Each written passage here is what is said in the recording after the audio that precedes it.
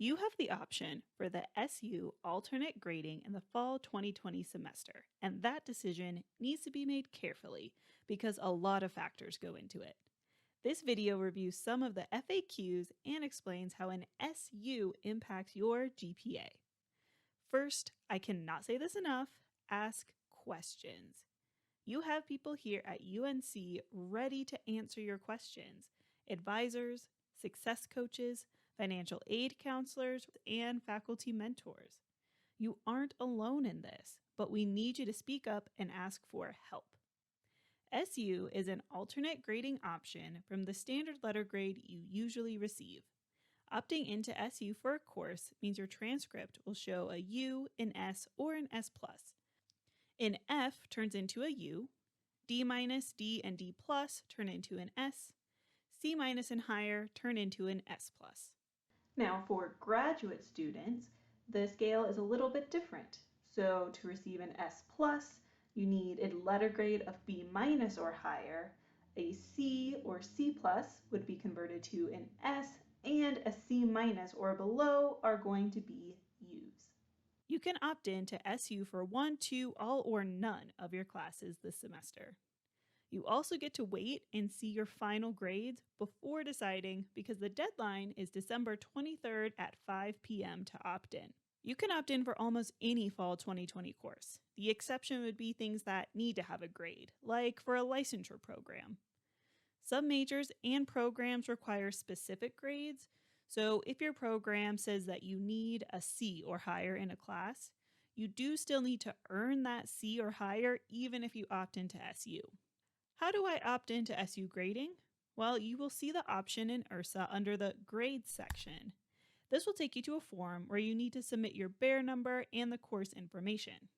As a quick reminder, CRN is the 5-digit number unique to each of your class sections. Course prefix is the 3 to 4 letter subject, and course number is the 3-digit number we often refer our classes to. You can find all this information by looking at your class schedule. Now, I'm taking a course for grade replacement. Well, if you have a grade replacement course and you choose SU for the class, that S will replace the previous grade you earned. So depending, you might see more impact on your GPA if you replace your F with the grade that you're earning instead of an S+. How will SU impact financial aid? This gets a little tricky too, but big picture, we need to keep an eye on your satisfactory academic progress. We call that SAP. SAP looks closely at your GPA and completion rate, so you need to be above a 2.0 to stay in good standing with the university. And your major might also require a GPA that you need to keep in mind for both financial aid and your graduation. If you are working on a SAP or academic probation plan, please keep in mind your target GPAs that you've worked out with your contact. Your best bet is always to call Bear Central with questions about how a decision might impact your financial aid. All right, this last point gets the trickiest because we are talking GPA. That is your grade point average. While SU does not change your GPA directly, those classes, they're not used in the calculation, but they will impact your GPA sort of in some other ways. Every letter grade you earn receives quality points on a 4.0 scale per credit hour. So a 3 credit hour course earns 3 times the quality points listed on this table. We then divide your quality points by the GPA hours that you can find on your transcript. Incompletes, withdrawals, and other non-letter courses are not counted in the GPA hour total.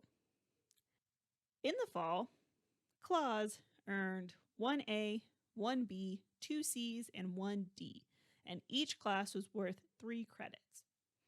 So looking back at our quality point table, an A is worth 12 points, a B 9 points, each C is worth 6 points, and the D is worth 3 points, for a total of 36 quality points for CLAWS.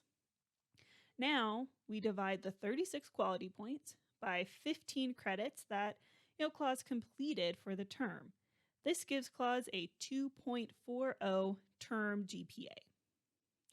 What if CLAWS decides to do SU for the D? Now they have 33 quality points divided by only 12 credits because S+, S, and U's are not in this math.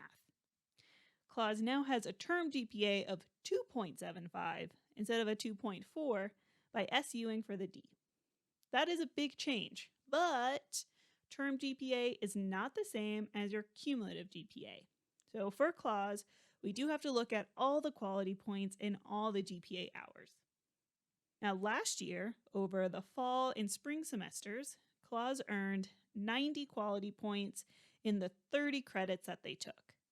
Clause's cumulative GPA, 90 divided by 30, is a 3.0 going into the fall semester.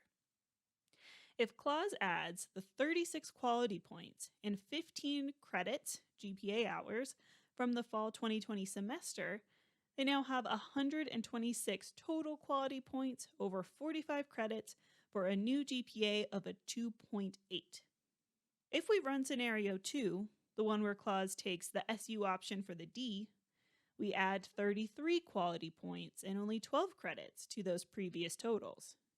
Now, clause has 123 points over 42 GPA hours for a new GPA of 2.93. This is a simplified example, and clause already checked that the SU wouldn't impact their plans for graduate school and licensure programs.